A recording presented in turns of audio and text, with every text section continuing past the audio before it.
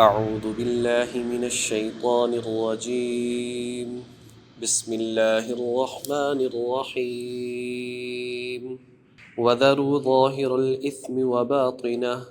إن الذين يكسبون الإثم سيجزون بما كانوا يقترفون. صدق الله العظيم. وذروا ظاہر الاثم وباطنہ، وذروا اور چھوڑ دو ظاہر الاثم ظاہری گناہ بھی، وباطنہ اور باطنی گناہ بھی. تم ظاہری اور باطنی دونوں طرح کے گناہ چھوڑ دو. ان الذین یکسبون الاثم، بے شک وہ لوگ جو گناہ کرتے ہیں، سیجزون بما کانوا یقترفون، عن قریب انہیں بدلہ دیا جائے گا جس کا وہ ارتکاب کیا کرتے تھے، جن گناہوں کو وہ کمایا کرتے تھے ان گناہوں کا عن قریب انہیں بدلہ دیا جائے گا، یعنی کہ سزا دی جائے گی. ولا تأکلوا اور تم مت کھاؤ، مما اس چیز کو لم یذکر اسم اللہ نہ لیا گیا ہو، نہ پڑھا گیا ہو، اسم اللہ اللہ تعالیٰ کا نام، علیہ جس چیز پر، یعنی ذبح کرتے وقت. اگر ایسا کرو گے، مردار کھاؤ گے، بغیر شرعی طریقے سے ذبح کیا ہوا جانور استعمال کرو گے، وَإِنَّهُ لَفِسْقٌ تو یہ بدترین بڑا اور گناہ کبیرہ ہے. وَإِنَّ الشَّيَاطِينَ اور بے شک جو شیطان ہیں، لَيُوحُونَ إِلَىٰ أَوْلِيَائِهِمْ یہ بات ڈالتے ہیں اپنے دوستوں کے دلوں میں. لَيُوحُونَ وحی کہتا ہے دل کے اندر بات کا ڈالنا. لَيُوحُونَ تو یہ بات ڈالتے ہیں إِلَىٰ أَوْلِيَائِهِمْ اپنے دوستوں کے، جو انسان شیطان صفت ہیں ان کے دلوں میں یہ جو شیطان ہیں یہ ایسی باتیں ڈالتے ہیں. لِيُجَادِلُوكُمْ تاکہ یہ تم سے جھگڑا کریں. اے مسلمانوں، یہ جو کافر ہیں، منافقین ہیں، مشرکین ہیں، یا مسلمانوں میں جو شر پسند لوگ ہیں، ان کے دلوں میں شیطان ایسی باتیں ڈالتے ہیں جن باتوں کو یہ بنیاد بنا کر تم سے جھگڑا کرتے ہیں. وَإِنْ أَطَعْتُمُوهُمْ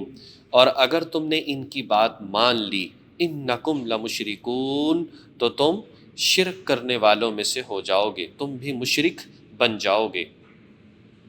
اب یہ جو آیات ہیں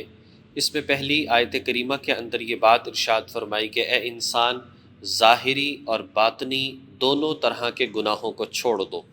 ظاہری گناہوں سے مراد یہاں پر وہ ہے انسان جو اپنے ظاہری اعمال کے ذریعے سے کرتا ہے. مثال کے طور پر غیبت کا کرنا، کسی کی پیٹھ پیچھے اس کی برائی بیان کرنا، یا اسی طریقے سے جھوٹ بولنا، یا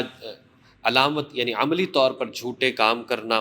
انسان ایک زبان سے جھوٹ بولتا ہے، زبان سے، اور یہ کہ ایک عمل سے جھوٹ بولتا ہے. جیسے انسان کا بددیانتی کرنا، انسان کا ناپ تول میں کمی کرنا، یہ بھی ایک جھوٹ کی عملی صورت ہے کہ انسان اسے پیسے تو کچھ اور لے رہا ہے اور اسے چیز کم دے رہا ہے، یا اسی طریقے سے بات کسی اور کی چیز کوئی اور دی، تو یہ بھی عملی جھوٹ ہے. دھوکہ بھی اس کو کہا جاتا ہے، رشوت بھی. یہ سارے کے سارے وہ گناہ ہیں جو کہ انسان ظاہری اعمال کے ذریعے سے، ظاہری جسم کے ذریعے سے کرتا ہے. دوسرے باطنی گناہ وہ ہے جس کا دوسرے کو پتہ نہیں چلتا، جیسے کہ حسد ہے، ریاکاری ہے، بغض ہے، تکبر ہے. انسان دل کے اندر کسی کو برا سمجھتا ہے، دل میں کسی کا نقصان اسے اچھا لگتا ہے، اور انسان بہت سارے کام یا عبادات ایسی کرے کہ لوگوں کو دکھانے کے لیے، تو یہ ریاکاری میں آ جاتا ہے. تو چاہے ظاہری اعمال ہوں، گناہ ہوں، اس سے بھی بچو،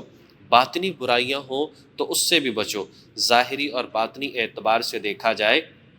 تو جو ظاہری گناہ ہیں اس کے حوالے سے مسائل فقہائے کرام نے کتب کے اندر لکھے. رشوت کسے کہا جاتا ہے، دھوکہ کسے کہا جاتا ہے، جھوٹ کسے کہا جاتا ہے، غیبت کیا چیز ہے، اس کو فقہائے کرام نے لکھا. اور اسی طریقے سے جو باطنی گناہ ہے ان سے بچنے کے لیے صوفیاء کرام جو پیر اور مرشد ہوا کرتے، انہوں نے جو ہے اس چیز کو بیان کیا اور اس کی تربیت ان کے ہاں ہوتی ہے۔ دونوں ہی چیزوں سے بچنا انتہائی ضروری ہے، دونوں کی تربیت انتہائی ضروری ہے۔ نبی پاک صلی اللہ علیہ وسلم نے ظاہری طور پر بھی لوگوں کے اندر خوبیاں پیدا بھی فرمائیں اور برائیوں سے منع بھی فرمایا، اور باطنی طور پر بھی خوبیاں پیدا کرنے کی کوشش کی اور حکم دیا، تزکیہ جس کو کہا جاتا ہے، اور باطنی برائیاں جو ہیں ان کو بھی دور کرنے کی کوشش کی، جس کو یعنی تزکیہ کہا جاتا ہے کہ نبی کے آنے کا ایک مقصد یہ تھا کہ وہ لوگوں کو برائیوں سے روکے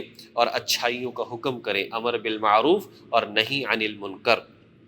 تو یہاں پر اسی چیز کا حکم دیا گیا ہے کہ اے لوگو، اگر کامل کامیابی چاہتے ہو تو تمہیں چاہیے کہ ظاہری اور باطنی دونوں طرح کے گناہوں کو چھوڑ دو، اور وہ لوگ جو اس طرح سے کام کرتے ہیں اور جو گناہ کا ارتکاب کرتے ہیں، انہیں عن قریب اس کی سزا مل کر رہے گی، یا تو دنیا میں مل جائے گی، اس لیے کہ جو اگر کسی کا حق مارتا ہے یا اسی طریقے سے انسان صلہ رحمی نہیں کرتا، رشتہ داروں کے جو ہے حق تلفی کرتا ہے، تو حدیث میں آتا ہے کہ قطع رحمی کرنے والا، رشتوں کو توڑنے والا، اس کی سزا تو دنیا میں بہت جلد مل جاتی ہے۔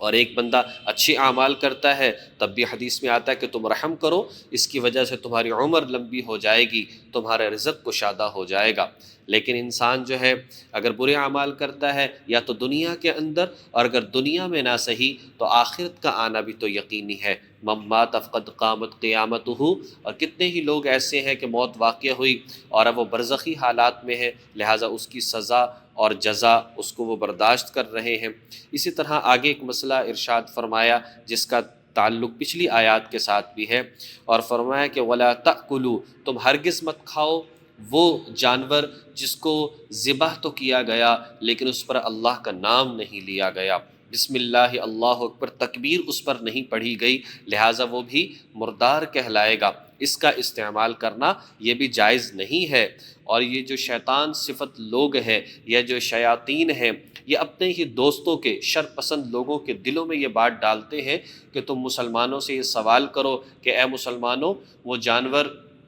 جو مر جاتا ہے اسے تم استعمال نہیں کرتے، جسے اپنے ہاتھ سے ذبح کر دیتے ہو اسے تم استعمال کرتے ہو، گویا کہ جسے اللہ مار دے تم اسے نہیں استعمال کرتے، جس کو خود قتل کر دیتے ہو اس کو تم کھاتے ہو۔ اس کی بات ہم نے پیچھے بھی پڑھ لی تھی کہ اصل یہ ہے کہ اللہ کا حکم ہے، اللہ نے جب ذبح کرنے کے والے جانور کو حلال قرار دیا ہم حلال سمجھیں گے، جو خود مر جائے ہم اسے حرام سمجھیں گے، لہٰذا یہی ایک مسلمان کے ایمان کا تقاضا بھی ہے۔ باقی حکمت ہے تو اس کے اندر ہے، جو جانور طبعی موت مر جاتا ہے اس کا خون نکلتا نہیں، جس کی وجہ سے گوشت جو ہے وہ خراب ہو جاتا ہے، اور جس کو ذبح کیا جاتا ہے اس کا خون چونکہ نچڑ جاتا ہے، جس کی وجہ سے اس کا گوشت بالکل پاک ہو جاتا ہے، صحت مند رہتا ہے اور بیماریوں سے پاک ہوتا ہے، اس لیے اس کا استعمال جائز ہے۔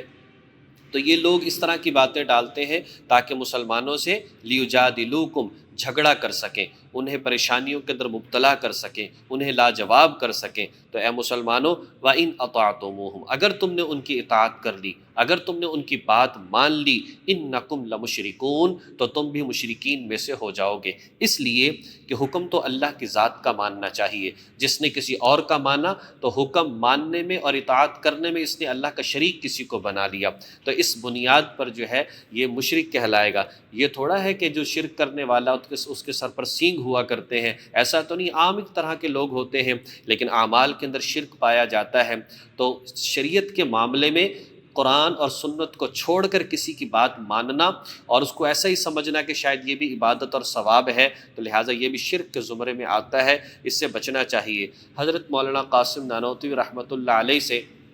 اسی طرح سے ایک جو ہے وہ غیر مسلم نے سوال کیا اور کہا کہ جی آپ لوگ جو ہیں جو جانور خود مار دیتے ہو اس کو یعنی استعمال کرتے ہو، ذبح کر دیتے ہو اس کو استعمال کرتے ہو، اور جسے اللہ مار دیتا ہے اس کو تم استعمال نہیں کرتے۔ تو بات تو جواب تو یہ تھا جو ہم نے یہاں پر پڑھ لیا، لیکن حضرت نے فوراً ایک جو ہے وہ جواب دیا، اور حاضر دماغی حضرت کی تھی، تو حضرت نے فرمایا کہ ایک پانی وہ ہے جو تمہارے جسم سے اللہ نکالتا ہے،